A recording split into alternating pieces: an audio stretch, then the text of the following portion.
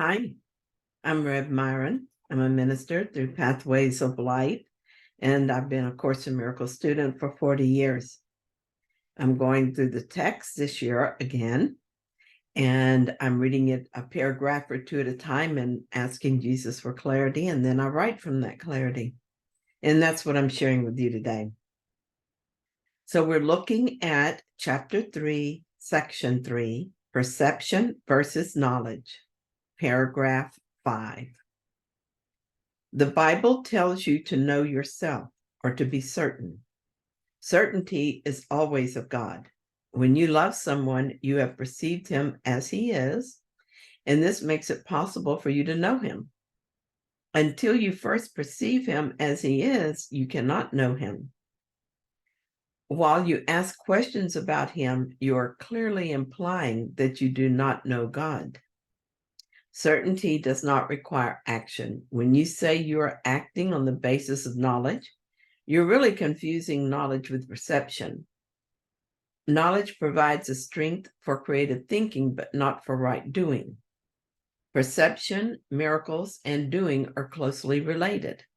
Knowledge is a result of revelation and induces only thought. Even in its most spiritualized form, perception involves the body. Knowledge comes from the altar within and is timeless because it is certain. To perceive the truth is not the same as to know it. Jesus says that we receive knowledge as a result of revelation. Revelation is information revealed. This means that we don't get to knowledge on our own. We don't get there through logic, judgment, reasoning, or any kind of learning. We receive knowledge as it is revealed to us. It comes from the altar within. It is certain and unchanging because it is of God, and it is timeless, and it does not induce action, only thought.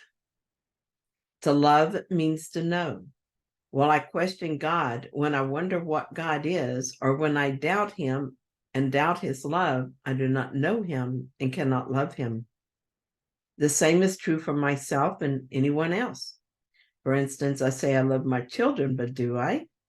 Sometimes I doubt them. I see their actions, hear their words, and think they're headed for trouble, making bad decisions. And this is not love. This is to not know them. When I remember that they are as God created them, not these bodies living these scripts, then I know them and can love them. Again, Jesus helps us understand the difference between perception and knowledge. He needs to be really clear about this because we are often confused about it. I think I know what I am. I am the Son of God, but do I really know this? Or is it a concept I have learned from reading the Course? I accept it as true because I believe what Jesus tells me, but at this time I do not know it.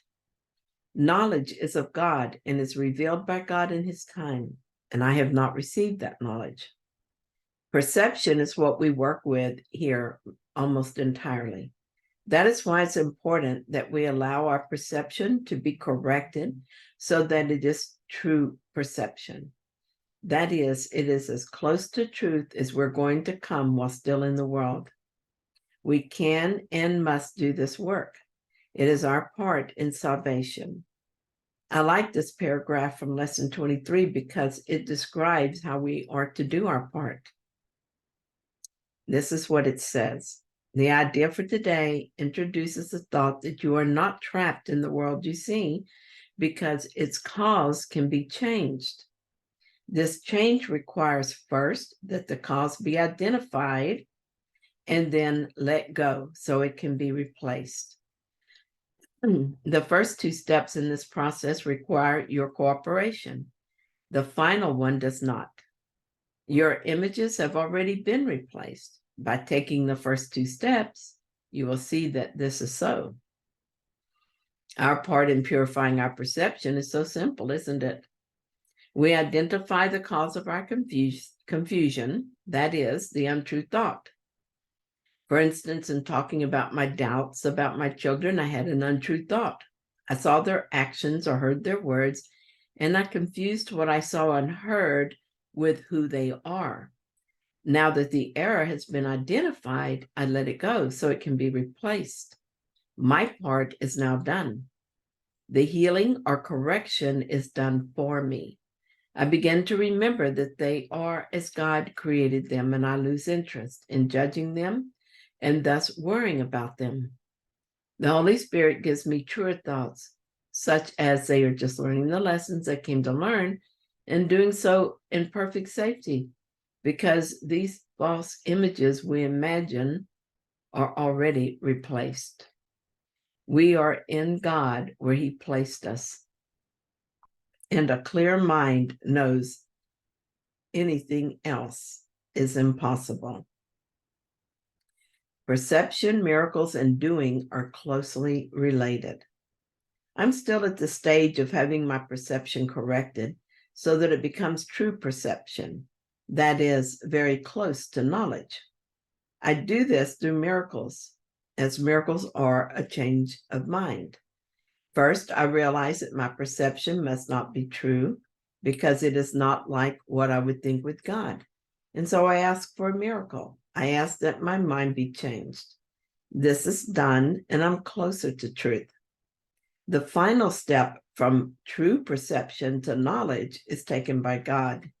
He reveals Himself, and then we know. There's nothing else to ponder. There's nothing to do. When we know God, we know ourselves and we know our brother. I imagine, or that is perceive, that what this must be like, and though I cannot know for sure if I'm right, I think it must be wonderful. How blessed to know that God is love and nothing else, to never doubt this, and to know exactly what that means. How blessed to know that my brothers are love and never a threat to me. And how blessed to know my friend is love and to never become confused about that, to never believe in her confusion. What a blessing it is to look at my son and see perfection, and to know that one day I will never become confused by the suffering the body's eyes show me. How blessed to never again forget that I am not living this life, but observing my mind playing with ideas.